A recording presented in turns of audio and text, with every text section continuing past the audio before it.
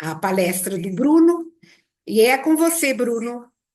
A palestra pode começar. Obrigada. Obrigado e obrigado a todos, obrigado a Berta pelo convite, né? Obrigado à loja por me receber aqui. Então, hoje eu vou falar de Siddhartha Gautama, o Buda, o seu contexto histórico e os primeiros ensinamentos, né? Como que o budismo se inicia na Índia, quais são os primeiros ensinamentos e em que contexto surge o budismo. Porque aí depois, quem quiser se aprofundar mais na doutrina budista, nos ensinamentos budistas, na filosofia budista, já vai saber mais ou menos qual que é a base, né? Qual que é o alicerce, por onde começar. Então, avançando aqui, Siddhartha, o Buda, né? Ele nasceu no norte da Índia, em Lumbini, que é no atual Nepal, né? Ele teria vivido entre 643 e 563. Ele viveu 80 anos.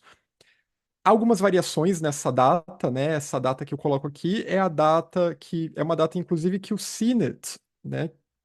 Que também se dedicou bastante ao estudo do budismo lá no contexto do século XIX, com a Blavatsky, o Sinnett e o Subahal, eles vão fazer uma investigação e vão chegar a essa data. E hoje também há, há indícios, né, há documentos budistas que também indicam que o Buda teria vivido nessa data. Faltou colocar aqui que foi AC, né? Então, entre 643 e 563 antes de Cristo, o que o colocaria no século 6 AC.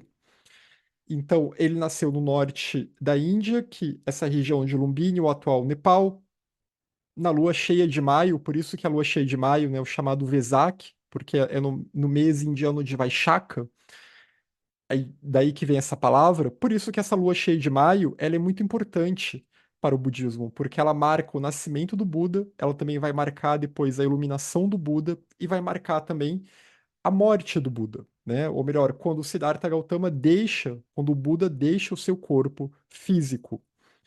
O Buda, ou Siddhartha, ele foi filho de um rei, né? Ele era um príncipe, talvez muitos já tenham ouvido falar da história mais lendária do Buda histórico, mas tudo indica que, de fato, ele era filho desse rei, o rei Suddhodana, e da rainha Mayadevi. Eles faziam parte da casta dos kshatriyas, né, que era uma casta guerreira, né, não era a casta dos brahmanes. Isso já é um diferencial, porque o Buda ele vai romper com aquela ideia de que somente os brahmanes poderiam conceder ensinamentos espirituais. E o seu palácio, então, ele se localizava na capital desse reino, que ficava em Lumbini, que era Kapilavastu. Só que a mãe do Buda, ela morre, né? A mãe de Siddhartha, ela morre algum tempo depois do seu nascimento. Então, o Buda ele vai ser criado por uma tia chamada Mahaprajapati, que depois vai se tornar a primeira monja budista da história. E ela ajuda a criar, então, o menino Siddhartha. E mais adiante, o Siddhartha se casa também. Ele se casa com Yashodhara, ele tem um filho chamado Rahula.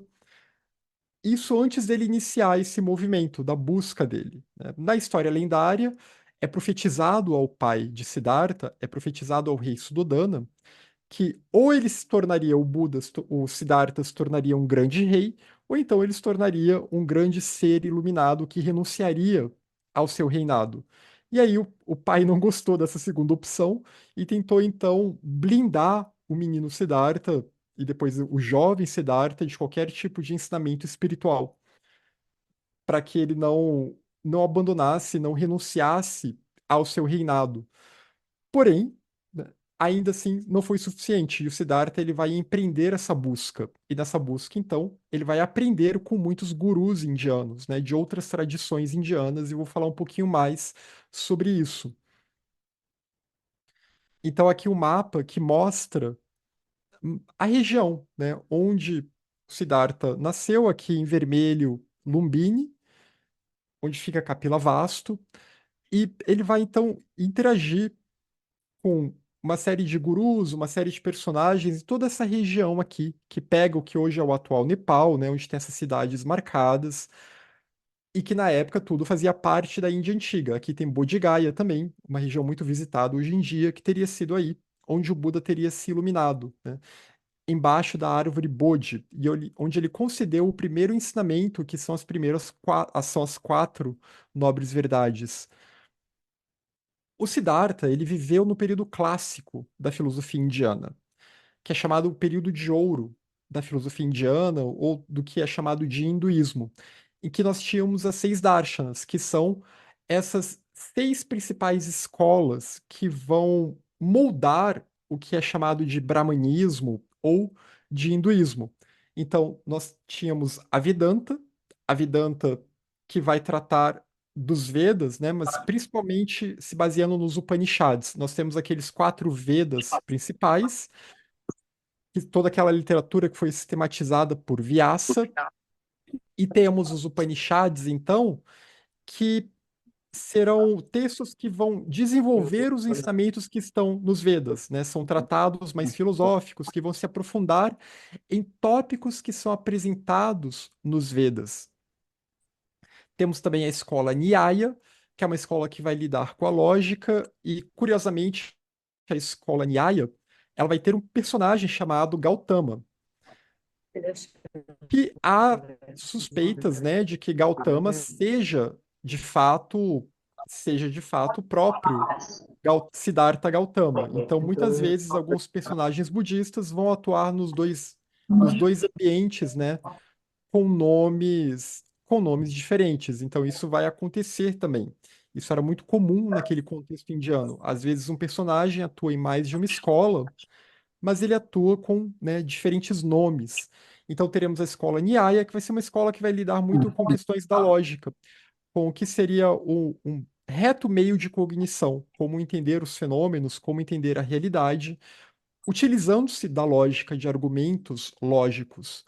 Teremos a escola Sankhya também. A escola Sankhya, muito famosa também, né, fundada por Kapila, e a escola Sankhya, ela vai lidar com questões cosmológicas, cosmogônicas. Ela vai falar do espírito que está presente em tudo, que é Purusha, e da substância primordial que reveste esse espírito, a matéria indestrutível, que surge a partir desse próprio espírito para revestir e formar a realidade, a manifestação, e o nome dessa matéria em sânscrito é Prakriti. Então, para quem vocês que estudam a linguagem teosófica, a doutrina secreta, muitos desses termos da doutrina secreta são encontrados na Sankhya também. Mula Prakriti, Prakriti, aqueles termos como manas, né, a ênfase que dá manas, Linga Sharira, aqueles sete princípios, eles vão aparecer nessa escola Sankhya também, né? E o Siddhartha vai estudar muito dessa escola também, vai ter um guru dessa escola. Também temos a Yoga, né? O Desligo? Siddhartha, ao ele é anterior ao Patanjali, né? Que depois vai sistematizar a Raja Yoga. O Patanjali, na verdade, possivelmente teve contato com o budismo. Por isso que é muito parecido, né? Os Yoga Sutras têm ensinamentos que lembram muito o budismo, com termos que o budismo se utiliza. Mas a yoga, ela já existia na Índia como um caminho de ênfase que enfatizava a meditação, né? E então ela era uma dessas seis darshanas principais e que vai dialogar com a Sankhya, principalmente, e que vai falar então da importância da meditação, da importância de samadhi, a importância de buscar um estado contemplativo da mente, a importância de controlar as perturbações mentais. E o Siddhartha também vai praticar a yoga, né? Esse tipo de yoga que depois o Patanjali vai chamar de Raja Yoga. A escola Vaisheshika, que é uma escola que também vai se preocupar muito em tentar entender a realidade, vai falar das essências que compõem os fenômenos, que compõem as coisas do mundo, dos componentes sutis que fazem com que os fenômenos físicos existam, né? Os elementos que compõem. Como a gente fala também no Ocidente, né? Os quatro elementos e daí por diante. E a Mimamsa, que já era a escola mais do ritualismo, né? A escola que vai tratar das questões mais rituais do hinduísmo mais típico, mais exotérico. Então, essas eram as 6 darshanas principais, e o Siddhartha, então, ele vai ter contato principalmente com a Vedanta, né, que se foca nos Vedas, nos Upanishads, que se foca, então, muito na questão da realidade última. Depois a Vedanta Advaita, que também ela vai surgir depois do Buda, também vai ter vínculos com o budismo. Alguns daqueles personagens, como Gaudapada, são personagens Gaudapada, Govinda, depois vem o Shankara, né, o Shankaracharya, o famoso Shankaracharya. Tem até o livro Vivekachudamani, publicado pela editora Teosófica. Esses personagens eles vão ter um contato com o budismo também. A escola Nyaya, então, Siddhartha também vai ter muito contato com essa escola. Possivelmente ele atuou nessa escola. Há um Gautama que atua nessa escola, que possivelmente é o Siddhartha. E a escola Sankhya, que vai tratar de questões cosmogônicas. Um personagem importante da escola Sankhya vai ser um guru de Siddhartha Gautama. A yoga, né? Siddhartha vai praticar a yoga, vai praticar a meditação. A Vaisheshika e a Bimansa, ele já não vai se envolver tanto com essas duas escolas. Então, principalmente Vedanta, Nyaya e Samkhya, e a Yoga também. Aqui tem um livro, A Filosofia dos Rishis, da Índia Antiga, do professor Alberto Brum, que ele contextualiza e apresenta traduções, né, traduções relacionadas a essas diferentes escolas. Então, é um livro que eu sempre indico, né? Talvez um dos poucos livros, se não o único em português, que dá esse panorama geral dessas escolas indianas antigas e que apresenta trechos de ensinamentos dessas escolas, textos dessas escolas. E tem um capítulo sobre também esses inícios do budismo. Então, aqui publicado pela editora Garbalux, né? Fica sempre essa indicação. E além dessas escolas, também teremos as escolas que não são ligadas aos Vedas, porque todas essas 6 escolas aqui, elas vão ter os Vedas como base, não só a Vedanta. A Vedanta ela vai desenvolver bastante tópicos que estão nos Vedas, mas todas essas outras, elas também derivam dos Vedas. Também tem os ensinamentos védicos como base. Mas a gente tem as chamadas escolas Shramana, que são as escolas dos ascetas, os ascetas que se recolhiam nas florestas, né? E o Buda vai ter um período que ele vai se recolher também. Logo quando ele renuncia ao seu reino, então, ele deixa a sua esposa, o seu filho, depois ele retorna para eles, claro, mas ele deixa e se recolhe na floresta para aprender com esses ascetas. E uma escola que é muito famosa e muito importante para a história do budismo e também para a história do hinduísmo em geral é a escola dos jainistas, né? E o jainismo existe até hoje como uma grande religião na Índia. Então, o jainismo de Mahavira, que vai dar muita ênfase à ahimsa, à não violência, que vai dar muita ênfase ao vegetarianismo. E esse personagem Mahavira, que era o grande guru da escola dos jainistas, ele vai ser um instrutor do Siddhartha também, ele vai ser um guru do Siddhartha. E além dessas escolas, dos Shramanas, desses que se recolhiam na floresta, também havia 2 outras escolas indianas, né? A escola Adinana. Dhinana significa conhecimento, sabedoria, gnosis. A Dhinana é o contrário, é uma escola agnóstica, né? E tinha a escola Charvaka, que já era uma escola de ateísmo mesmo, uma escola materialista, como a filosofia materialista ocidental atual, né? A filosofia moderna ocidental. Então, com essas escolas, o Siddhartha já não vai ter um envolvimento, né? Já são visões antagônicas, mas aqui só para pontuar toda essa diversidade de escolas filosóficas que havia na Índia, de perspectivas filosóficas que havia na Índia. Então, recapitulando, a Vedanta, a Nyaya, a Sankhya, a Yoga e o Jainismo serão escolas que vão servir de base para a filosofia que o Siddhartha vai desenvolver depois e que depois vai ser chamado de budismo. É claro, o Siddhartha em si ele não fundou o budismo, né? Isso é uma designação posterior. Ele vai aprender com gurus dessas escolas, vai dar ensinamentos numa nova roupagem, um cunho mais existencial, né, se focando muito na questão do sofrimento e como cessar o sofrimento, e vão surgir monges, vão surgir discípulos, e isso vai dar origem, então, ao que depois vai ser chamado de budismo, né, essa nova escola, ou o Buda Dharma, o Dharma do Buda, a doutrina do Buda.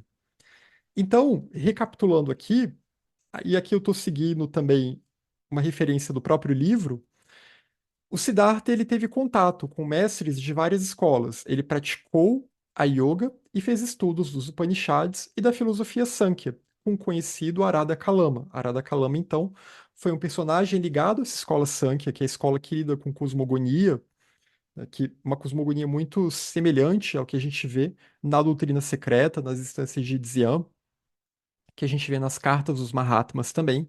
Então, o Siddhartha ele teve contato com mestres dessas escolas, dentre eles Arada Kalama da Sankhya, praticou yoga, estudou os Upanishads, que são esses tratados filosóficos baseados nos Vedas, naqueles 4 Vedas principais, e a partir daí ele vai formulando a sua filosofia. E aquela história é o discípulo que vai ultrapassar o mestre, o que vai ultrapassar os seus mestres, né? Ele vai alcançar um grau mais elevado que os seus mestres, e a partir daí, então, ele se torna um Buda. Ele alcança aquele ápice do caminho, né? Um completamente desperto. E nesse sentido, muitos desses mestres vão acabar por se tornar os seus discípulos depois. Então, por exemplo, aqui o caso do Mahavira, do jainismo.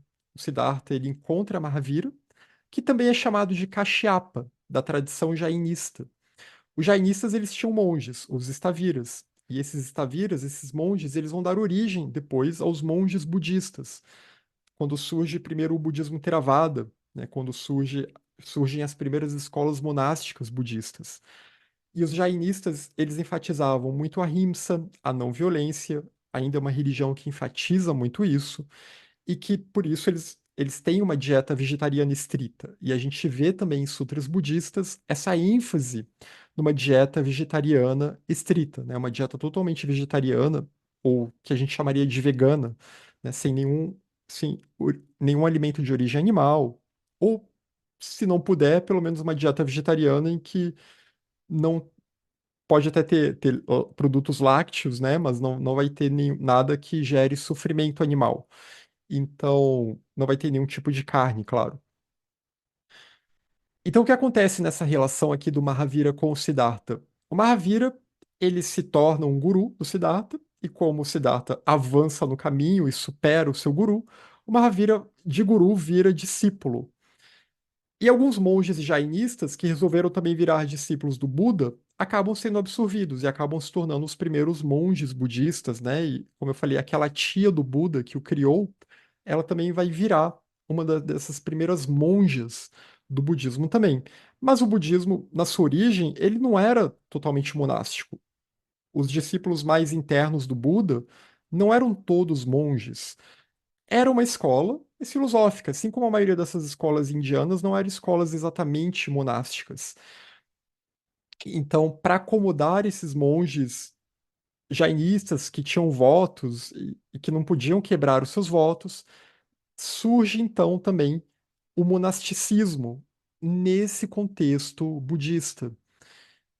E os vários relatos que a gente vai ter sobre a vida do Siddhartha, eles geralmente tendem a ser mais lendários do que históricos, né? Isso a gente vê até a Blavatsky, ela fala disso na Doutrina Secreta, acho que no volume 1, se eu não me engano, que muito do que é dito sobre a vida do Buda, né, esse relato de que era um jovem que não conhecia o sofrimento, e aí quando ele vê uma pessoa morrendo pela primeira vez, uma pessoa doente, outra pessoa envelhecendo, ele se assusta com aquilo. Há toda uma lição aqui, há toda uma moral por parte dessa história, mas não quer dizer que essa história aconteceu dessa forma, porque se veio um Buda no planeta, é claro que ele já era uma alma avançada, né? O Siddhartha já era um Mahatma, porque o estado de Buda é o último estado, é a última iniciação de todas, é o ápice do caminho espiritual. Quando um Buda aparece no planeta, outros seres avançados não vão perder essa oportunidade. Então a gente também pode pensar que muitos desses discípulos próximos do Buda, do círculo mais interno, também eram Mahatmas, também eram seres que já eram avançados, né? Muitos desses chamados rishis, esses grandes sábios da Índia antiga, eles também vão renascer porque não vão perder essa oportunidade kármica de estarem vivos, podendo atuar e auxiliar um Buda no planeta. Foi chegada a hora, em termos do karma da humanidade, de um Buda, mais um Buda, surgir no planeta, assim como haverá um Buda futuro também. Não é agora que isso vai acontecer. A própria Blavatsky fala disso, né, que é algo ainda bastante distante, o momento de Maitreya realmente encarnar no planeta e se tornar o próximo Buda. Mas, de qualquer forma, então é nesse momento aqui em que o Siddhartha estava vivo que a gente vai ver uma série de rishis aparecendo, uma série de sábios aparecendo que vão espalhar ensinamentos e que vão dar origem, por exemplo, à Yoga do Patanjali mais adiante, que vão dar origem à Vedanta Advaita. E a gente pode pensar que outras tradições que vão surgir mundo afora, né? Porque esses discípulos não vão ficar limitados à Índia. E muitos deles, então, depois vão viajar e vão espalhar. E a gente vai ver, então, o surgimento de mais e mais tradições ao longo da Ásia, né? Ao longo de todo aquele caminho que leva até o Mediterrâneo adiante. Mas o fato, então, é que o Siddhartha chegou o momento nessa vida dele como Siddhartha de agora alcançar o último estágio. Antes disso, ele era um Bodhisattva elevado, um Mahatma elevado, ele já era um adepto. Ao contrário do que a história lendária ou a história mais religiosa do budismo exotérico tradicional vai dizer. Não, que era só um jovem normal, que não sabia muito, ahn, que até teve vidas avançadas, né? Mas aí depois ele vai avançar a partir do momento que ele vê pessoas sofrendo. Não, já era alguém que já tinha nascido com um grau elevado, realmente, de sabedoria. E tem relatos, né? O budismo Mahayana depois vai falar disso, né? Que ele teve vidas anteriores já como um Bodhisattva ou como um Mahatma. E ele deixa, então, o reino do seu pai, teria vivido 6 anos em retiro, de acordo com a história oficial, até que ele dá o seu primeiro ensinamento público, que teria sido justamente para 5 discípulos principais. E o seu primeiro ensinamento público foram as 4 nobres verdades, dadas a esses 5 discípulos. E a partir daí, então, ele apresenta o seu ensinamento. E essas 4 nobres verdades, elas são a base. O Buda Dharma, o budismo, ele sempre começa das 4 nobres verdades. Não tem como falar de budismo, começar a falar de budismo, sem abordar essas 4 nobres verdades. Então, essas 4 nobres verdades estão apresentadas no texto que é o Sutra da Roda do Dharma. Porque um Buda é aquele que gira a roda. O que que é girar a roda do Dharma? Girar a roda do Dharma é quando surge um Buda no planeta, quando alguém alcança esse estado último, o último grau do despertar, o Nirvana último, e agora a pessoa, então, ela tem que reformar os ensinamentos. Aqueles ensinamentos que já havia na Índia, agora vão ser apresentados numa nova roupagem, né? Porque o que já havia já tinha sofrido degradações, já tinha sofrido distorções. São as questões da Kali Yuga, né? Na Kali Yuga, nenhuma tradição ela se mantém totalmente pura para sempre. Começa a haver erros depois que os fundadores morrem e daí por diante. Então, chegou o momento que era necessário agora reformar os ensinamentos e apresentá-los nessa nova roupagem. Esse ensinamento ele surge e o Buda ele vai dar esse ensinamento para esses 5 discípulos. E o Buda ele vai ter um núcleo mais reservado de discípulos, né? Esses 5 discípulos vão fazer parte desse núcleo que é chamado Círculo dos Arhats, que eles vão receber os ensinamentos que vão ser dados ao público, que vão ser dados àqueles monges e que por sua vez, os monges vão espalhar para a população em geral, mas também haverá os ensinamentos esotéricos, os ensinamentos mais internos. Arhat, a palavra Arhat significa aquele que se tornou digno, aquele que se dignificou. É um termo que vem do jainismo também. Então, é um termo que o budismo vai adotar, que seriam aqueles que se tornaram dignos de receber esses ensinamentos mais internos, e que já alcançaram um grau razoável na senda, né? Como eu falei, alguns desses arhats possivelmente já eram Mahatmas também, já eram seres elevados, né? Mahatmas ou Bodhisattvas numa linguagem budista. E aqui nós temos então esses discípulos principais do Buda, esses que receberam primeiramente em primeira mão as quatro nobres verdades, até que depois esse ensinamento começou a vir a público. Então, Subhuti, Kashyapa, que é o Mahavira, mas na literatura budista ele vai ser chamado de Kashyapa ou Mahakashyapa, Ananda, Katyayana e Shariputra. São nomes que quando a gente vai ler os sutras budistas, esses nomes sempre aparecem. Algum deles sempre vai estar em diálogo com o Buda ou com algum outro personagem. São nomes, então, que. Porque os sutras budistas, eles geralmente são escritos em forma de diálogo, assim como os diálogos de Platão, por exemplo, né, que tem Sócrates falando com outros personagens. Os sutras budistas também serão assim.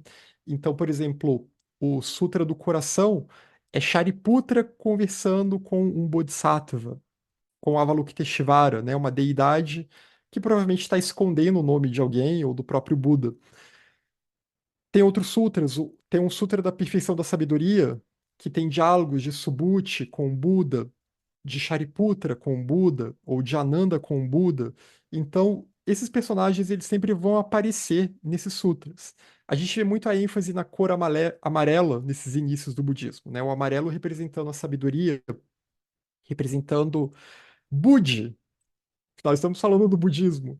Então, representando o Budi, representando essa intuição sutil, que compreende a interdependência de todas as coisas, que compreende a unidade de todas as coisas. Então, o amarelo é muito enfatizado aqui nesses inícios do budismo. É, digamos assim, a cor do Dharma budista. E a meditação como uma forma de despertar, então, o Budi em nós. E o que que são as quatro nobres verdades? Esse primeiro ensinamento, né, que é a base aqui do Buda Dharma. Dukkha é a primeira nobre verdade, a existência do sofrimento. Então, o Buda ele vai constatar que a vida ela é sofrimento, ela não é só sofrimento, mas mesmo os momentos alegres, eles também passam, né? E aí vira memória, vira ou frustração, ou vira saudade. Isso causa insatisfação, né? Os seres, não só os seres humanos, os seres em geral que estão encarnados no samsara, que estão presos a essa roda da reencarnação, do renascimento compulsório, eles são movidos por esse senso de insatisfação, por esse apego a vida, por esse apego à vida dos sentidos, à vida material, às sensações. Estão sempre querendo repetir as sensações agradáveis, e muitas vezes nessa busca eles acabam gerando sofrimento para si mesmos. O Shantideva, que é um importante expoente do budismo Mahayana, ele diz: todo sofrimento ele deriva da busca de buscarmos a felicidade somente para nós mesmos. E toda felicidade, ela deriva da busca de buscarmos a felicidade para todos os seres. Só que nós, devido ao poder do egoísmo, devido ao poder da separatividade, a gente vive uma vida autocentrada, né? Uma vida buscando apenas satisfazer o nosso eu, né? O que na linguagem teosófica seria chamado de eu inferior. Então, apenas buscando satisfazer o nosso eu. E Dukkha, então, representa essa frustração que vem. A gente busca satisfazer o nosso eu, busca satisfazer o nosso ego, mas a despeito dos outros, causando danos aos outros, causando danos ao planeta. E sempre com essa frustração, sempre com essa ótica de separatividade que resulta em frustração. E isso é o sofrimento. Isso é dukkha. E é a primeira nobre verdade. Mas dukkha tem uma causa, que é samudaya, a segunda nobre verdade, que é a causa do sofrimento. O que que é a causa do sofrimento? A causa do sofrimento é esse senso de eu separado, é o que a voz do silêncio vai chamar de a heresia da separatividade, que é justamente essa ideia de que nós temos apenas esse eu separado e de que não há uma interconexão profunda entre todos os seres. Então, esse senso de separatividade, essa ignorância, ela é a causa do sofrimento. A ignorância que nos impede de ver, né? Avidya, a gente vai ver mais sobre esse termo, é o que nos impede de ver o que que é a realidade de fato. A gente não consegue perceber a realidade última. A gente não consegue perceber a luz que permeia todas as coisas. A gente não consegue perceber o Atman presente em todos os seres. E por isso, a gente ainda confunde, né? A gente ainda acha que o meu eu é o meu Atman. E não consegue perceber que o Atman, na verdade, é não individual. E isso, de novo, é o problema de ver o mundo apenas sob a ótica da separatividade. É essa ignorância que faz, então, com que a gente sofra. Porém, há esperança. A terceira nobre verdade, então, ela vai falar da cessação do sofrimento. É possível cessar o sofrimento. É possível parar com o sofrimento. É possível, então, cessar com essa ignorância. É possível superar a separatividade, a dualidade. E há um caminho, marga, né? Niroda em sânscrito é cessação, e marga em sânscrito é a senda para a libertação do sofrimento.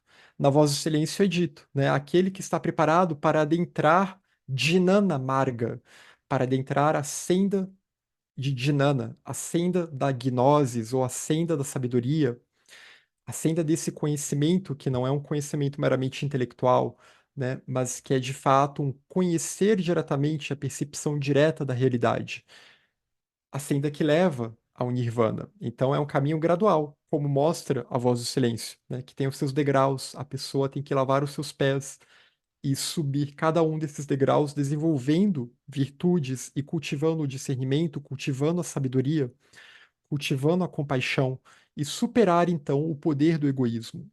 Então é uma senda de altruísmo, essa senda do desenvolvimento do altruísmo, que leva então para a libertação e que leva para o estado de Buda. Se a gente entender bem essa senda, e a Voz do Silêncio é um ótimo texto, porque é um texto 100% budista, a gente entende o que que é o ocultismo, do qual os Mahatmas e Blavatsky enfatizam bastante. É esse caminho também. Numa outra roupagem, né, num outro jeito de apresentar. Mas é esse mesmo caminho. E todos os instrutores idôneos da humanidade, eles também, no fundo, vão mostrar esse mesmo caminho. Jesus e outros instrutores, né, que já vêm numa época posterior ao Buda, eles também vão enfatizar esse mesmo caminho que é a senda da compaixão, é a senda do altruísmo. Então, o que as quatro nobres verdades nos ensinam é que nós sofremos por causa do egoísmo. É possível parar com o sofrimento. É possível parar com o sofrimento num caminho, numa senda de autotransformação. Uma senda, então, que vai transmutar, que vai fazer com que a gente supere o egoísmo e faça com que o egoísmo seja substituído pelo altruísmo, né? A senda do cultivo do altruísmo, que é essa escada de ouro que é gradual, porque não é um caminho que a gente não abandona o egoísmo de uma vez por todas. São muitas vidas e vidas, né, em que estamos se renascendo, reencarnando com essas noções egoístas, né, e com uma série de tendências kármicas que nós geramos, uma série de padrões de comportamento que nós estamos repetindo vida após vida. Então a questão é a gente se desfazer desses padrões, dos apegos, das aversões, de tudo aquilo que nos mantém apegados ao egoísmo, a uma ótica egoísta, e cultivar o altruísmo. Então, é um caminho de renúncia ao ego, de renúncia ao eu, né? E ego aqui que eu falo é esse sentido de separatividade. O nosso eu, ele é um instrumento, só que o problema é que a gente esquece que ele é um instrumento, a gente acha que ele é uma essência. E o eu, na verdade, ele é um veículo, né? Ele é um veículo da nossa natureza espiritual. Só que a gente confunde as coisas, a gente vê apenas o eu e esquece dessa natureza espiritual que está em nós, que na linguagem budista isso é chamado de natureza Buda.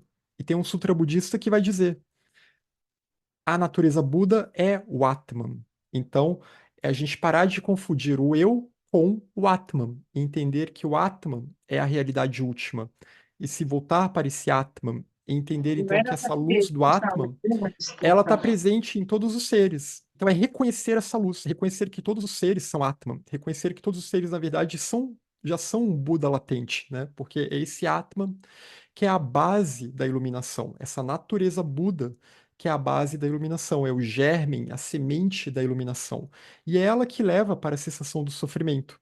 E a senda visa justamente esse despertar dessa natureza espiritual que está velada. Ela está velada devido ao poder do egoísmo. É como se em cada ser houvesse o sol, né? Ou os raios do sol, porque o sol não é individual, é o mesmo sol para todos, mas os raios do sol são a multiplicidade de seres. Só que o problema é que esse poder do egoísmo, esse poder da separatividade, esse poder de Maya, ou a ignorância, a avidya, ele obstrui esse sol, ele obstrui essa luz. É como se estivesse ocorrendo um eclipse. Então a ideia é a gente conseguir tirar, remover esse eclipse do caminho e permitir que essa luz ela brilhe plenamente, ela resplandeça plenamente. Então o caminho ele leva para isso, e isso é o despertar, né? Enquanto não nos tornarmos bodhisattvas, mahatmas ou budas, né, que seria o ápice do caminho, nós ainda não estamos despertos, nós ainda estamos nesse estado que é meio de sono, né? A nossa verdadeira natureza ela está eclipsada ainda pelo poder de Maya. Então, no Sutra do Giro da Roda do Dharma é dito: monges, quando foquei a minha mente corretamente sobre a verdade dos fenômenos, até então não ouvida, pensando, isto é sofrimento, a nobre verdade, a reta visão surgiu. Então, quando ele se focou sobre esse mundo, o mundo dos fenômenos é o mundo da multiplicidade. Esse mundo de Maia, ele entendeu, né? Ele teve essa compreensão de que nesse mundo da multiplicidade, os seres se confundem, eles se confundem com a multiplicidade, se identificam com a multiplicidade, perdem a conexão com a unidade e por isso acabam sofrendo, né, nesse processo de esquecimento da verdadeira essência. E a palavra dukkha, ela pode significar sofrimento, insatisfação, infelicidade, senso de instabilidade, desconforto. Ela pode significar toda essa gama de palavras aqui, né? Ela vem da raiz sânscrita dushta, que significa falta de estabilidade, né? É como se a gente nos falta um senso de estabilidade, de permanência, porque uma das marcas da existência manifesta, da existência dual, da multiplicidade, do samsara, é a impermanência, né? As coisas sempre em mudança. E a gente sofre porque não consegue lidar com as coisas sempre em mudança, porque perdemos a conexão com o fluxo da vida, com a essência espiritual da vida. Por isso, dukkha é o contrário de sukha, que significa alegria, êxtase, felicidade, contentamento, satisfação, bem-aventurança. Então, a ideia é alcançar um estado de bem-aventurança. E o nascimento, o envelhecimento, o adoecimento, morte, toda a repetição desse ciclo da existência condicionada, tudo isso é dukkha, tudo isso é sofrimento. Porque nesse processo, né, a gente nasce, morre, reencarna, nasce, morre e continua repetindo esse ciclo. Tudo é dukkha. Dukkha é uma das marcas do samsara, junto à impermanência, que é a mudança, e ao não ser, né? O samsara, ele é o reino de Maya. Ele não é a realidade última, que é o ser real, né? Não é o Atman, não é o que na linguagem budista é chamado de Adbuddha, ou na linguagem vedantina é chamado de Parabrahman, que esse é o ser último, é o ser universal, que se manifesta como o Atman presente em tudo. Já o samsara, esse poder de Maya, ele é o que obscurece, ele é o que cobre, é o que oculta esse ser real. Por isso que uma marca do samsara é o não ser, é anatman, anatta. E isso foi muito mal compreendido na história do budismo, né? Por isso que muitas vezes dizem que o budismo nega o Atman, porque o budismo Theravada vai negar o Atman e vai ter muitos erros de interpretação, etc. E há três tipos de sofrimento. O sofrimento propriamente dito, que é o sofrimento físico, é o sofrimento das dores físicas que nós temos, do adoecimento, da morte, ao sofrimento associado à memória, às nossas expectativas, né? A tentativa de repetir o passado, mas nessa tentativa, o passado ele nunca volta, né? e a gente tenta repetir e sempre fica nessa busca, né, de tentar ver aquele mesmo pôr do sol que a gente viu, que era tão bonito, ou então o sofrimento de fugir do passado também, de ter medo, né, de ter traumas em relação a coisas do passado e não conseguir viver o presente de uma forma saudável, ou de ter medo do futuro devido a problemas do passado, ou problemas até mesmo agora do presente. Então, esse sofrimento associado à memória é um sofrimento psicológico, que é o segundo tipo de sofrimento. Então, o sofrimento físico, o psicológico, e o terceiro tipo de sofrimento, que ele é o próprio condicionamento, é a própria forma como nós vemos a existência, né? Essa nossa condição samsárica, que é um condicionamento cognitivo existencial, né? É um samskara, é um molde que é um produto de Maya, né? Como essa força da multiplicidade que na nossa mente, quando a gente ganha consciência da, nossa realidade, né? Quando a gente tem uma mente que percebe a realidade, a gente começa a sofrer, começa a ter ciência das dores desse modo de existência. Então, esse sofrimento propriamente dito, voltando ao primeiro, ele é nascimento, envelhecimento, adoecimento, morte, se associar a tudo aquilo que causa dor, que é desagradável. O associado à memória é a separação daquilo que é agradável, é não obter o que se deseja, né? A frustração também aqui, é esse sofrimento psicológico que tem muito a ver com as nossas expectativas. E o sofrimento enquanto um condicionamento cognitivo existencial é o sofrimento causado pelos condicionamentos que a gente vem reforçando vida após vida, né? Você quer saber quem você foi na sua vida passada? Se observe agora. Observe agora os seus trejeitos, os seus vícios, observe como os seus padrões de comportamento, e você sabe o que você nutriu na sua vida passada. Você pode não saber quais foram os detalhes, onde você viveu, qual era o seu nome, como era a sua aparência. Mas você vai saber como você se comportava, porque em geral a gente vai repetindo, vida após vida, os nossos padrões. E a ideia é a gente conseguir ir além, né? Superar esses ciclos de repetição e sempre conseguir se aprimorar cada vez mais. Então, esse sofrimento causado pelos condicionamentos, né? E sendo que o próprio poder de Maya na nossa mente, que também no budismo é chamado de avidya, ignorância, né? Essa força cega que gera a materialidade, a multiplicidade, essa força em nós é o que gera esse senso de separatividade, esse senso de um ego arraigado em nós, bem separado dos outros, e que faz então com que a gente busque viver a vida apenas seguindo os nossos desejos egoístas. E como que isso resulta? Claro, em sofrimento. Porque a gente vive em desarmonia com o todo, né? E viver em desarmonia com o todo, a gente sofre as consequências disso. Afinal, a lei do karma é a lei da harmonia. E aqui, esse trecho aqui eu peguei do Abhidharma Samukaya, que é um texto de Asanga, que é um personagem que é citado no prefácio A Voz do Silêncio, né, que a Blavatsky escreveu. Ele fazia parte da escola Yogacara, e A Voz do Silêncio é um texto associado a essa escola, né, uma escola budista Mahayana que surge no século IV na Índia, uma escola muito importante para o budismo. Yogacara, a escola dos praticantes da yoga budista, né? Vai enfatizar muito a meditação, os estágios da senda no caminho, as iniciações e daí por diante. E agora a gente chega então à questão da ignorância, né? Que, como eu falei, é esse poder de Maya, ou avidya, né? E essa é a causa do sofrimento. E o Sutra, então, ele vai dizer, o Sutra do Giro da Roda, né? Quando o Buda deu o seu primeiro sermão, o primeiro ensinamento público para os seus discípulos. Com a sabedoria, com prajna, que é uma sabedoria intuitiva, que compreende a interdependência de tudo, com essa sabedoria, renunciei à origem do sofrimento, renunciei à sua causa. Eu percebi qual era o problema. E o problema é justamente esse senso de eu. O que que é a vidya, essa causa do sofrimento? Vidya, em sânscrito, é sabedoria. Quando palavras em sânscrito em geral têm esse A, é uma negativa. Então, avidya é a não sabedoria, é a não visão, é o não saber, é a falta de compreensão. Então, a grande questão aqui é como se nós estamos andando no mundo com uma venda, porque a gente não vê realmente a realidade como ela é, né? A gente não vê a realidade última.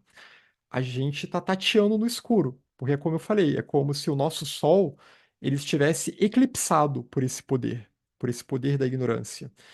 Então a gente vê tudo de uma forma distorcida. A gente não vê as coisas como elas são de fato.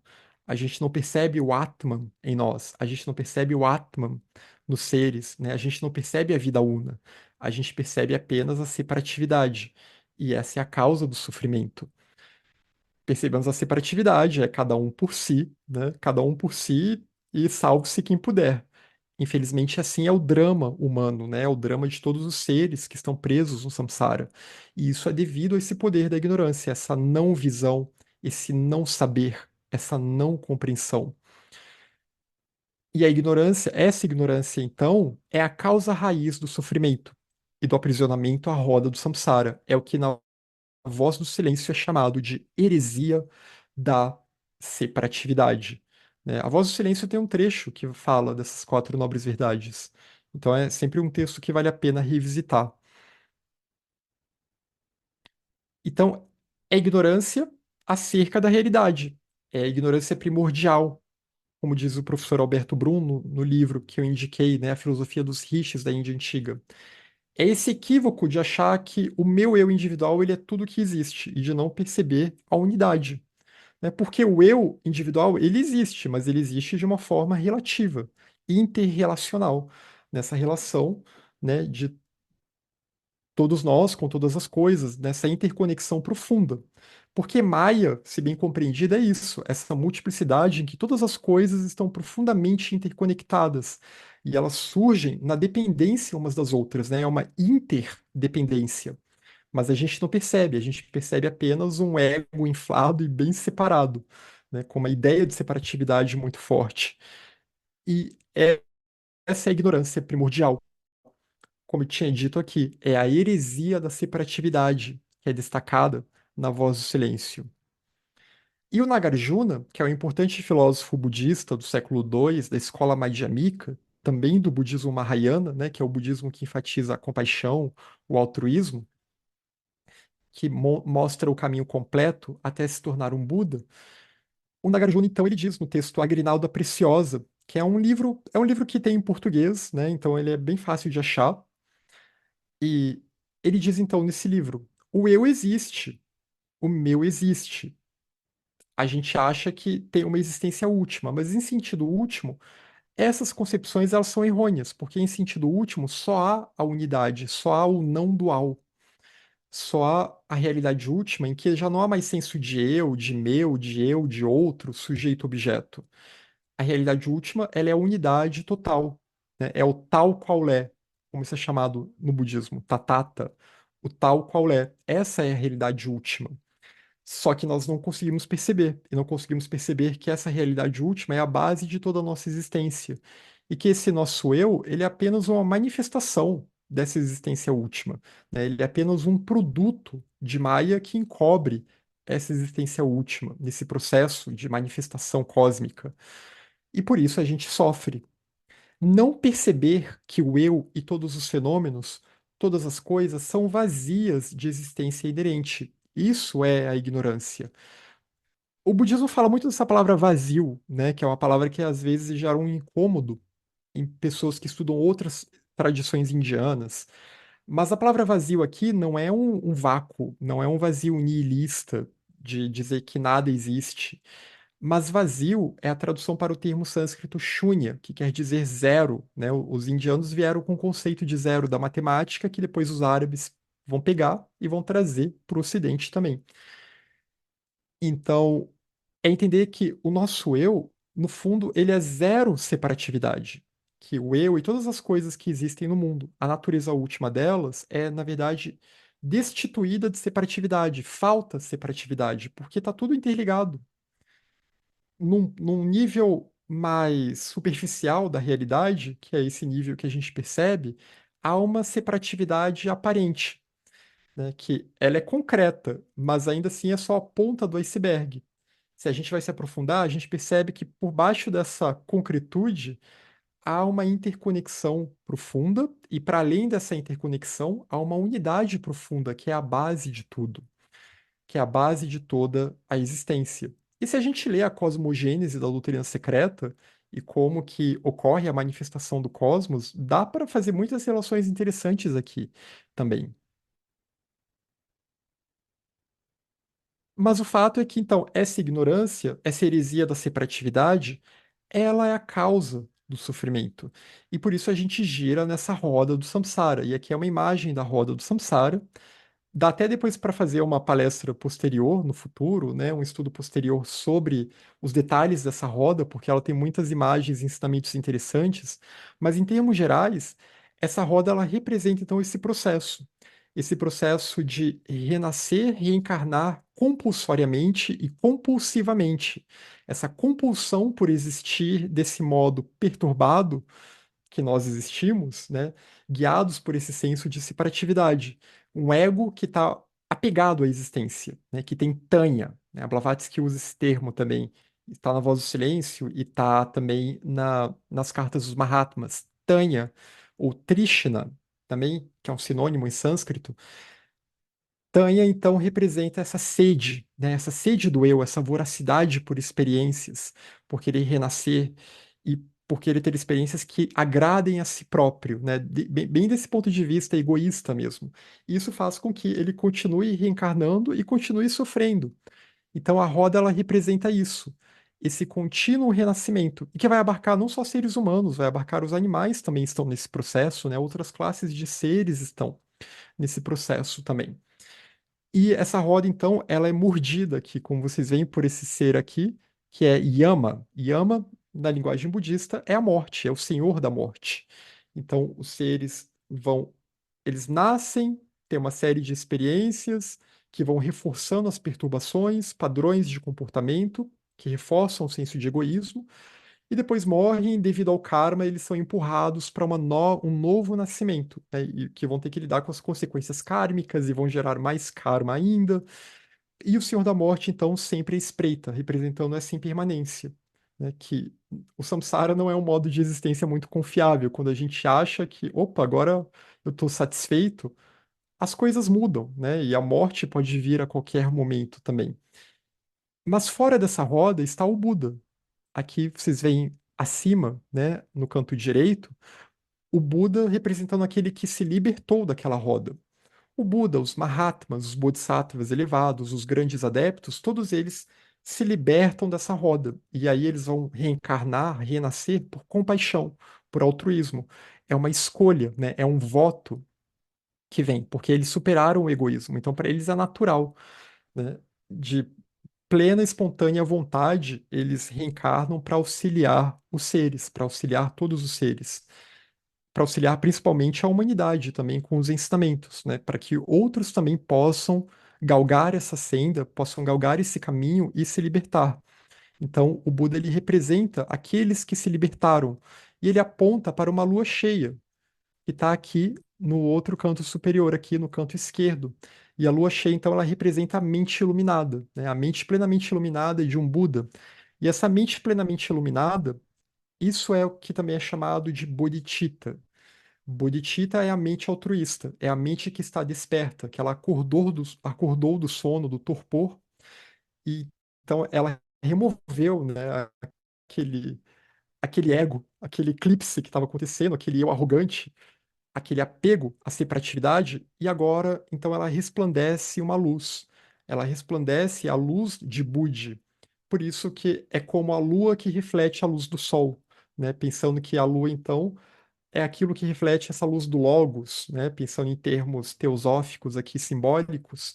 Então, essa mente que ela está preenchida de luz, e essa luz, ela se espalha, né? E ilumina todos os seres. Então, é uma mente de pura compaixão, de puro altruísmo. E o budismo ele vai ser muito enfático, né? O budismo Mahayana vai ser muito enfático na questão da compaixão, do altruísmo. De todas essas escolas indianas, é possivelmente a que mais vai enfatizar essa questão. E bodhicitta é esse termo-chave, que também aparece na Voz do Silêncio, né? E temos o voto do Bodhisattva, que é justamente esse voto de continuar a renascer para o benefício de todos os seres, mas renascer agora com autonomia, renascer com sabedoria, com compaixão, e não mais preso a essa roda. Porque o caminho leva, né? Eles querem libertar os seres, auxiliar os seres, porque esse caminho leva à cessação do sofrimento, né? Com a sabedoria, compreendi a cessação do sofrimento. Com essa sabedoria, então, que compreende o vazio, que compreende esse vazio que, na verdade, é cheio, que, na verdade, é interdependência, é interconexão, é essa ligação profunda entre todos os seres, entre todas as coisas.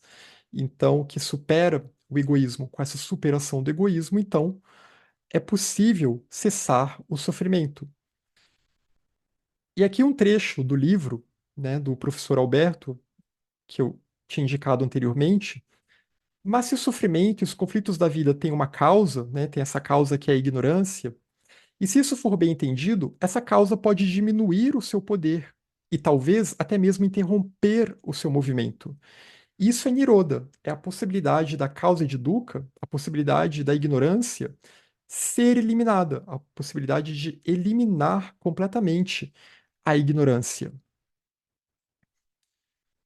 E aí é necessário a gente acreditar que isso é possível, essa é a grande questão. Eu acho que vocês aqui estudam a filosofia esotérica, estudam teosofia, então acho que vocês acreditam que isso é possível, né? Quem está no caminho espiritual em geral acredita que é possível se libertar da ignorância, né? E alcançar cada vez mais sabedoria e assim, se possível, de superar o egoísmo, né? Ter uma vida mais virtuosa e ser mais útil para os outros seres, porque é isso que esse caminho busca, né? É isso que esses mestres desse caminho buscam, né? Pessoas que estejam dispostas a se colocar a serviço da hierarquia dos mestres, da hierarquia dos Mahatmas, para auxiliar todos os seres. Então, pessoas que sejam dispostas a adentrar nessa senda, né? Como diz a voz do silêncio, né? A senda que leva à sabedoria, que leva à dhinana, que leva para a gnosis, para a sabedoria última, a senda que leva para a libertação do sofrimento, que leva para a bem-aventurança. Então, com a sabedoria, cultivei a senda que leva para a libertação, desenvolvendo, buscando cultivar o discernimento que vai se transformando cada vez mais em sabedoria. Então, adentrando esse caminho, colocando os pés nessa corrente, nesse caminho. E a senda, ela pode ser resumida. Ela pode ser resumida pelo nobre óctuplo caminho,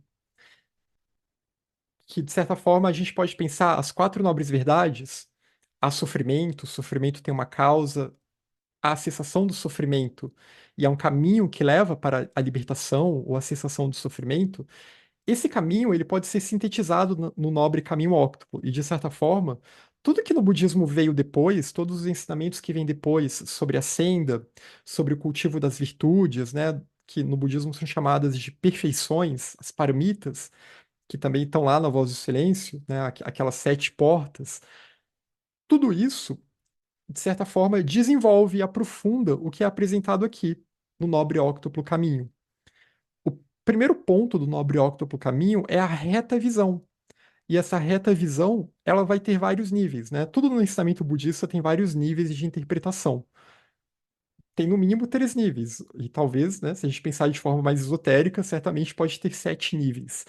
Mas a reta visão é, então, uma reta compreensão, né? Também pode ser traduzido como reta compreensão. Uma vez que se compreende que faz sentido essa questão das quatro nobres verdades, que faz sentido que o egoísmo é um problema, que é necessário superar esse egoísmo, que nós aceitamos a ideia da reencarnação e aceitamos a ideia desse ciclo compulsório, que talvez seja possível se libertar desse ciclo, que aceitamos a ideia da lei do karma.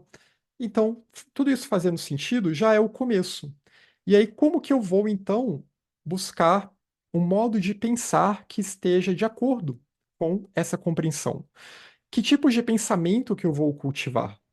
Né? Lembra que os nossos pensamentos, eles são vivos. A literatura teosófica fala muito disso, né? O Sinet falava disso, a Blavatsky fala disso também, Isis sem véu, na Doutrina Secreta, as chamadas formas pensamento. Os nossos pensamentos, eles são vivos. E eles vão tomando conta de nós, se a gente não busca controlar a nossa mente. né? Se a gente deixa só a mente virar uma bomba de pensamentos, que a gente não tenta ter o mínimo de vigilância sobre eles, eles acabam nos controlando e a gente começa a se identificar com eles, né? A gente começa a achar que a gente é os nossos pensamentos, mas nós não somos os nossos pensamentos. E a ideia é que a gente, na verdade, se torne se torne senhores dessa carruagem, né? Para que a gente tenha um controle sobre a nossa mente.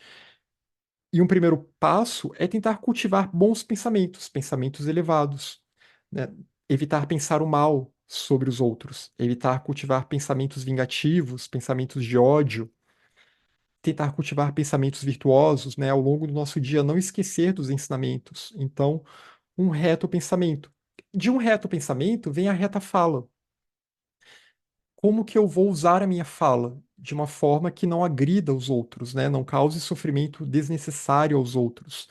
E aí vem a questão, eu não vou mentir, né? Não vou tentar manipular os outros com mentiras. Eu não vou tentar semear discórdia, né? Colocar uma pessoa contra outra. Eu não vou me engajar em fofoca inútil que só desperdiça o tempo das outras pessoas, né? A tagarelice. Eu não vou ter uma fala abusiva, agressiva, né? Aquela fala que é com a intenção de gerar dor, né? De gerar ofensa, com o propósito de fazer com que o outro sofra. Então, eu vou ter cuidado com a fala. Eu vou tentar ter uma fala que seja compassiva, porém sincera, né? Não uma compaixão falsa, mas compassiva com sinceridade.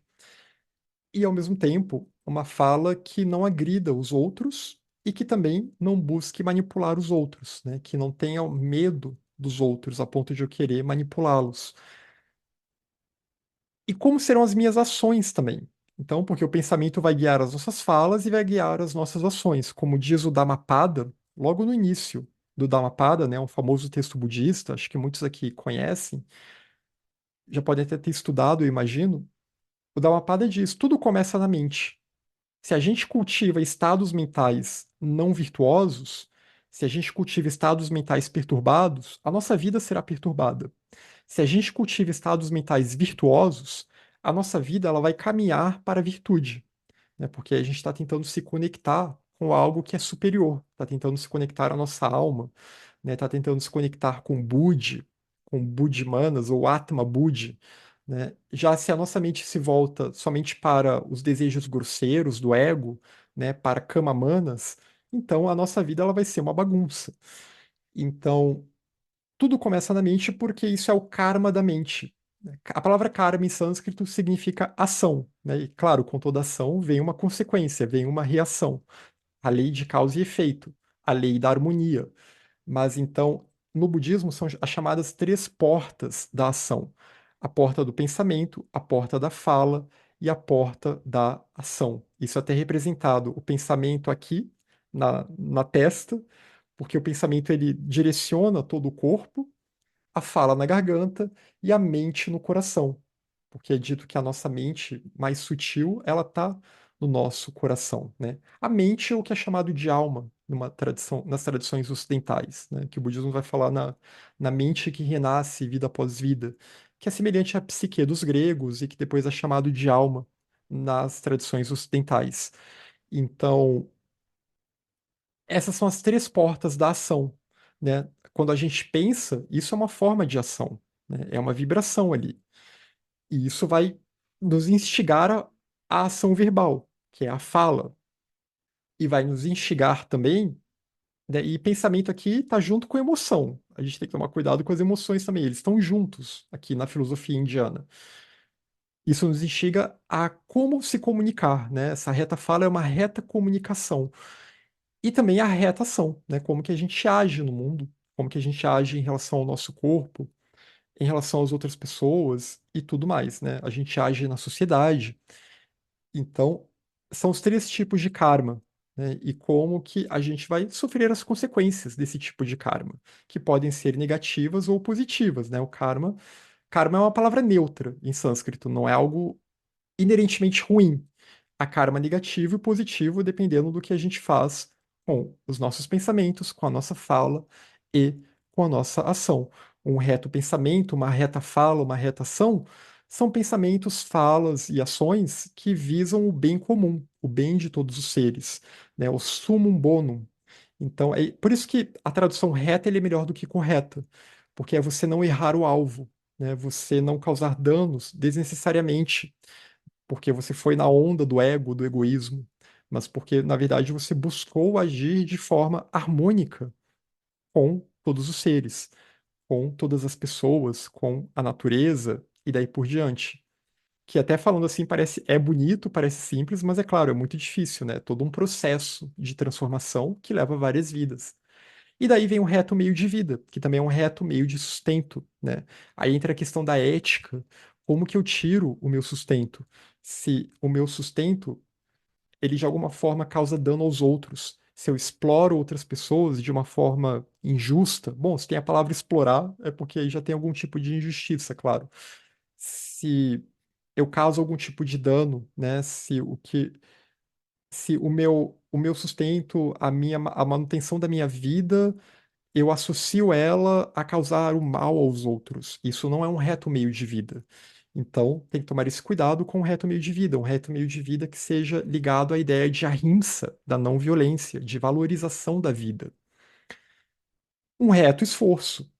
Então, tem que ter também energia, né? Uma reta resolução, uma reta dirigência, que aqui está traduzido como reto esforço, que nos impulsiona no caminho, para que a gente busque realmente não ficar parado, não esmorecer, para que a gente tenha esse ímpeto, né? Esse reto esforço ele pode ser entendido como um ímpeto de seguir em frente, de buscar se autoaprimorar, de buscar seguir em frente nesse caminho, né? É como um combustível, né? É como um fogo, uma reta vitalidade que é necessária, muito associada à ideia de virya, que é uma virtude, é uma perfeição na literatura budista, né? A virtude da reta energia.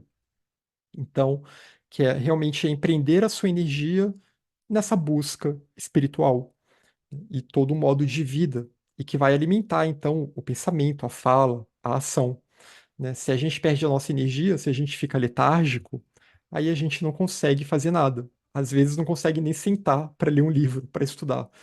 Quiçá, então, fazer as ações necessárias, ter uma rotina de meditação, né, que é essencial, e uma reta memória, que tem a ver também com essa ideia da meditação, uma mente que está clara, que está tranquila, e nessa clareza, então, ela tem essa reta memória. Essa reta memória aqui significa não esquecer dos ensinamentos. Você pode estar no trabalho, na fila do banco, no supermercado, pode estar passando por uma série de situações da vida cotidiana, da vida mundana, mas mesmo assim, você não perde de vista esses ensinamentos, né? Esses princípios e preceitos que guiam a sua vida, que guiam a sua busca.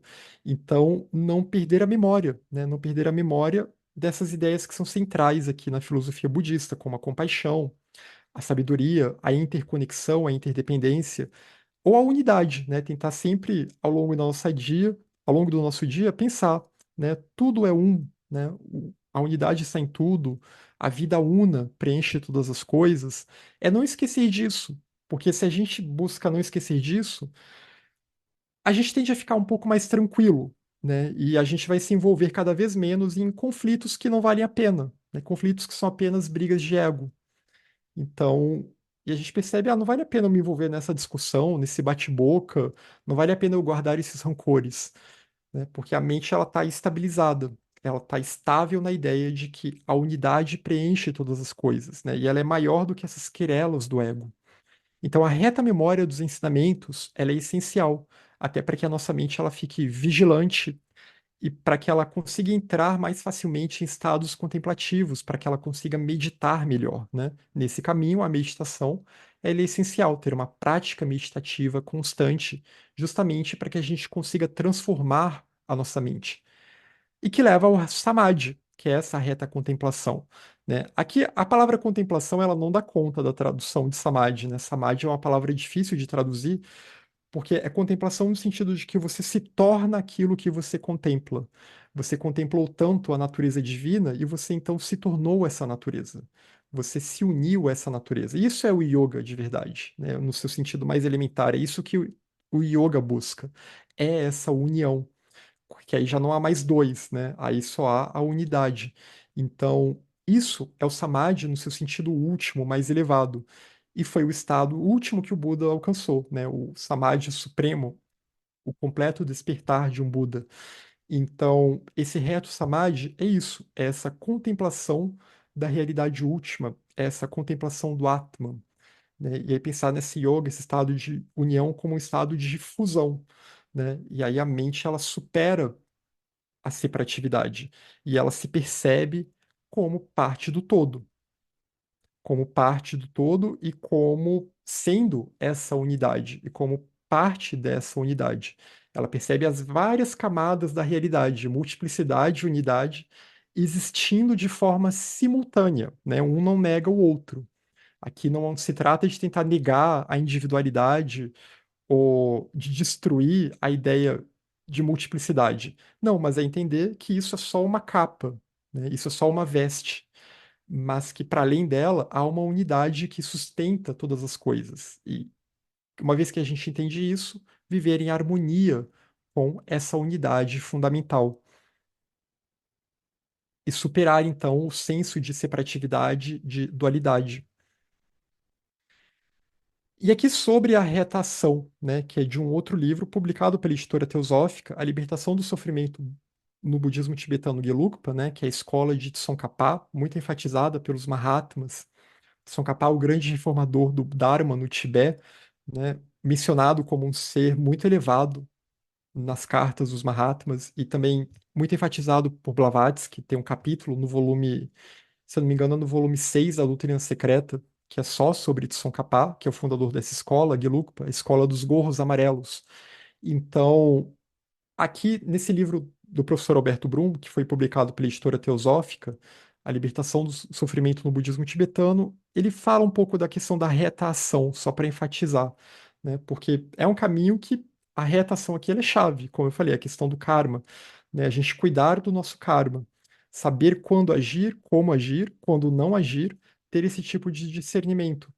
A retação é a ação em sua mais perfeita forma, incluindo o motivo, né? Tem que ter uma reta motivação, um motivo altruísta, um motivo compassivo, o método, né? Métodos idôneos, métodos que são ligados a essa motivação altruísta, que não vão causar dano a outros seres, a outras pessoas, que serão guiados então por um senso de ética. E as circunstâncias, né? As circunstâncias em que nós estamos e o que nós podemos fazer. Aí vem a questão do discernimento, né? Qual o passo que a gente pode dar nesse momento? Quão longe nós podemos ir, né?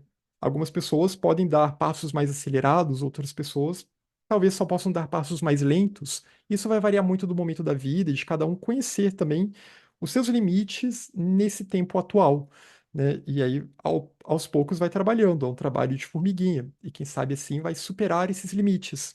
Então, a retação ela é um senso de retidão aplicado ao plano do pensamento, das emoções e da ação externa. Então, é buscar essa vida reta, esse senso de retidão. E o que que é essa retidão? É uma vida virtuosa. É uma vida guiada pelas virtudes da generosidade, pela virtude da harmonia de pensamento, palavra e ação, né? Uma vida pura, uma vida ética. É guiada pela paciência, que tem a ver também com desapego. É guiada com um senso de dever, é um senso de ação, é guiado por esse senso, então, que é essa reta energia, que ela é bem empregada, ela é empregada para fins virtuosos, ela é bem usada, ela é bem direcionada, é guiada por uma mente tranquila, uma mente que tem atenção plena, dhyana, né? E é guiada pela sabedoria, uma mente tranquila que agora é capaz de refletir, que é capaz de ter autocontrole e, por isso, de usar o pensamento de uma forma em que ela não é mais dominada pelo pensamento, agora ela domina o pensamento. Ela domina o pensamento e ela consegue refinar esse pensamento, refinar manas, né, para que manas seja iluminada pela luz de Budi, para chegar a essa intuição de Budi, né, montar o Antakarana, montar essa ponte entre Budi e manas, ou entre manas e Atma Budi. Então, é um modo de ser pautado no viver ético, né? Um modo de buscar essa vida ética e ética aqui entendida como essa harmonia com a natureza, a nossa natureza espiritual, essa harmonia com o Atma Budi, em termos teosóficos, realmente, né? Buscar viver esse tipo de vida, né, em harmonia com o fluxo da vida una. No budismo Mahayana, que depois é o budismo que vai se desenvolver, né, algum tempo depois da morte do Buda, cerca de 100 anos depois, vão surgir esses sutras Mahayana, que vão enfatizar então a questão que eu tinha mencionado antes, Bodhicitta, muito enfatizada na Voz do Silêncio, que é um texto Mahayana, né? Mahayana é o grande veículo, é o veículo universal que abarca todos os seres, que não abandona ninguém. Então, no budismo Mahayana, a mente altruísta, Bodhicitta, é o alicerce do reto viver e o coração da senda. Então, é a grande ênfase aqui, né? É buscar desenvolver esse altruísmo, assim como os Mahatmas também enfatizam nas cartas, nas cartas dos Mahatmas, né? A senda oculta, ela é uma senda voltada para o altruísmo, né? Não é para que um ego acumule conhecimento e tenha poder para si próprio, né? Não é para produzir fenômenos, etc. Não, é uma senda de transformação, de transmutar o egoísmo, de superar o egoísmo e alcançar o altruísmo. Então, alcançar bodhicitta, que é quando a mente se torna essa lua cheia que é iluminada pela luz do sol, né? Por esse raio do sol que é Budi, esse raio do sol que vem do Atman, do Logos universal. Então, a mente altruísta é esse alicerce, é o coração dos ensinamentos. É o alicerce do reto viver e o coração da senda.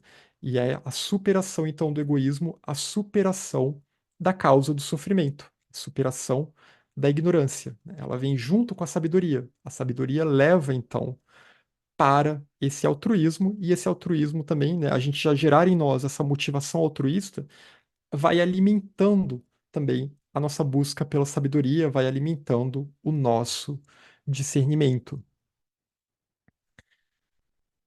Então aqui eu fiz uma.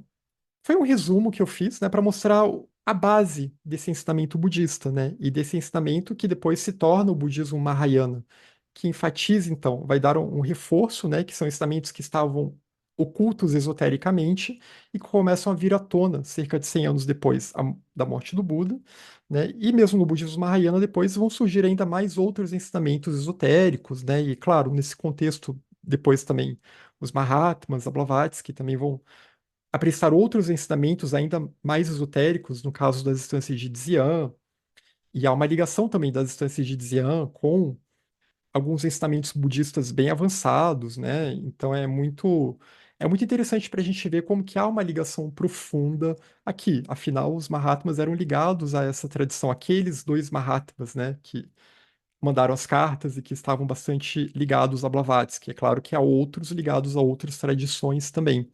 Então, entender o budismo pode nos ajudar também a entender melhor a teosofia, né? E o contrário também é verdade. Estudar teosofia também vai abrindo a nossa mente para entender melhor o budismo também, para buscar se aproximar, uma aproximação desse Buda Dharma, né? Para além só do que muitas vezes é vendido por aí, que às vezes vira só uma, às vezes vira meio que uma autoajuda ou vira só uma filosofia quase materialista nos dias de hoje aqui no Ocidente. E gostaria de agradecer novamente a vocês pelo tempo, por me receberem aqui. E estou à disposição para futuros estudos aí com vocês, né, conforme a disponibilidade aí de vocês. De quando em quando eu estou em São Paulo, quando tiver da próxima, eu vou tentar visitar vocês para dar um abraço, né? O presencial é sempre melhor. E agradecendo novamente a Berta, que fez o convite. E aqui estão os meus contatos, para quem quiser saber mais do evento, para quem também quiser saber mais de uma bibliografia de budismo, né? E quem quiser saber sobre livros, livros em português e tal. Aí pode me contatar, fica à vontade. Aqui o meu contato, bruno.carlucci@gmail.com. Muito obrigado.